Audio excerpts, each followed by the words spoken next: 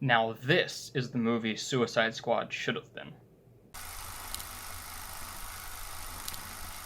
Guns Akimbo stars Daniel Radcliffe and Samara Weaving, and is probably a contender for my favorite film of the year. I loved Daniel Radcliffe in this movie. After he did Harry Potter, the only things I saw him in were The Woman in Black and Swiss Army Man. And I think it's pretty clear now that when he does drama, he's pretty good. He's okay.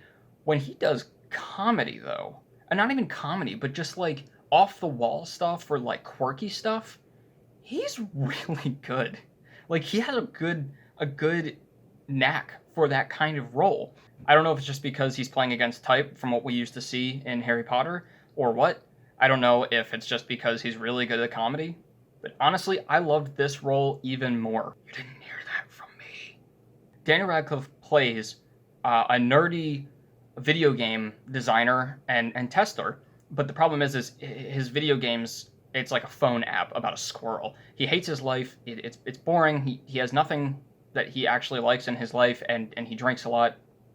And the way he gets his kind of sick kicks is by trolling people on the internet in this virtual fight club kind of thing that's gone down in the city called the Schism, where criminals and psychopaths are kind of put head to head, and one of them has to die in the end, and it's literally entertainment for the people on the internet, which is really sick and twisted. That's real people, you know, and it's almost like you're viewing them as a character you're really in love with, but that's a real person who's about to die. But because it's more of a fan base of regular people and not like this capital like in the Hunger Games where it's people who are profiting off of it, it's just regular people. That's even scarier because that just goes to show how, yes, we relate to other people, but also we kind of see things on the internet just as something else other than us and something else that we can toy with.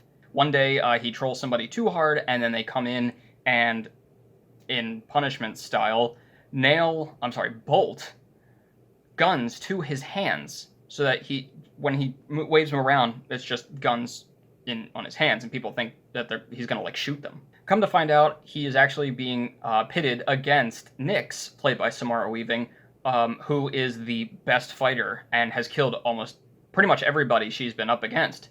And so now he has to try to figure a way out of this, and he's running around like in a bathrobe and those like Wookiee slippers.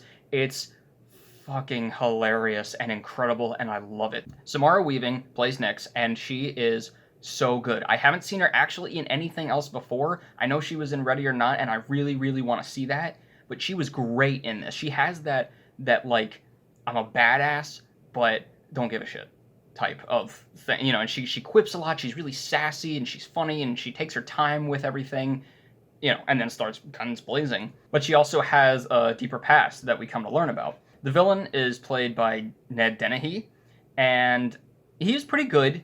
For the most part, he's kind of this... He puts on a tough show type of thing, even though he acts all crazy. But once he's up against the wall, he turns into like a little bitch type thing. I thought that for the most part, it was pretty good. There were some parts that I'm like, okay, this is a little overdone, but it really works for the tone of this movie, which is a huge pro. The look of this movie, the tone of it, they really took a page out of Scott Pilgrim's book. I mean, it had the whole like crazy zoom-in shots and huge colors and like freeze frames and text on the screen and everything. And the camera work in this movie is so cool and so interestingly done.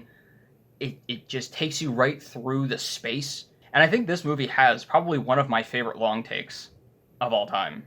I'm not kidding. From the camera styles, like from like Kingsman, it looks like it's like Suicide Squad and Sorry to Bother You. That whole gritty underground city and a lot of violence, but with a lot of like colors and lights and like neon and stuff. It's such a cool look to it. And I love that kind of thing because you can tell every time you see a movie like that, it's just going to be a fun action movie. And it is. The action in this movie is incredible. I loved it. There's so many surprising moments in the action and the plot itself. There's so many twists, but there's so many things I just didn't see coming in terms of like what happens to people. It's just really quick moments. And that's what I loved about this, is it just kept me on the edge of my seat. I was entertained. I was never really confused for the most part. it was just such a really tight story. The only thing about the action, though, was that there were two moments that I didn't quite believe. Like I said, this movie takes a lot of the influence from Scott Pilgrim in that it's very over the top and very exaggerated, and there's a lot of hyperbole going on visually. But there were still two things, one in the middle with a motorcycle and one towards the end that I don't even want to spoil because it actually is kind of a surprising moment, but I just didn't quite believe them. They looked a little cheesy to me, or like that just would never happen. The last pro about this is the soundtrack. I mean, it's really like Atomic Blonde in that it takes that British 80s bands and disco and puts what really shouldn't work for like gritty violence over top of like guns blazing, and it just makes it so awesome.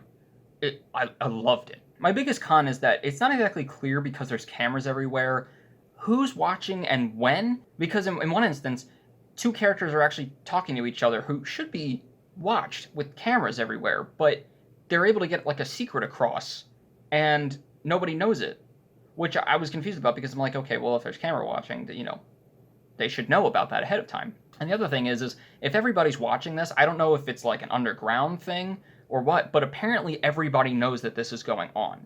So if there's TVs everywhere watching this, how do the police not know where to find the people involved in this and stop it? The end fighting and everything is really cool, and there's a lot of great moments, but the final confrontation I thought was a little weaker. It flopped a little bit, just because there were some things that didn't quite make sense, or like, why would you do that? Why would you do that? I wasn't quite sure about it. Kind of like Baby Driver in that instance when the first two acts are like really solid and then the last act kind of gets away from it a little bit.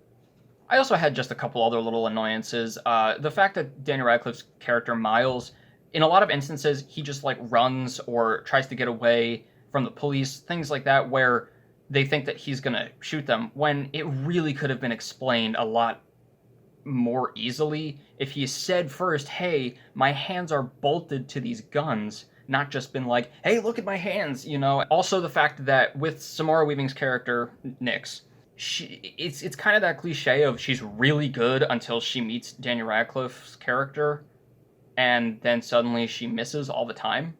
And I was a little bugged by that. I was like, okay, she's a really good shot until she gets to him, and then suddenly she's good till she's not. But yeah, Guns Akimbo is surprisingly a very, very enjoyable and really good movie. It was super fun. I had a blast with it. Next to Invisible Man, this is like my favorite movie of the year I've seen so far. Definitely, definitely worth a watch. Go and watch it. It's on Amazon Prime. I'm going to give Guns Akimbo a 3.5 out of 4. Guys, stay tuned for more streaming service movie suggestions. I'm going to be doing some more from Prime and from Hulu and Netflix, more just because I want to have more for you guys to be able to actually watch while we're still in the pandemic and everything's closed. And as always, keep your hopes high, your stress low, movies right in the middle.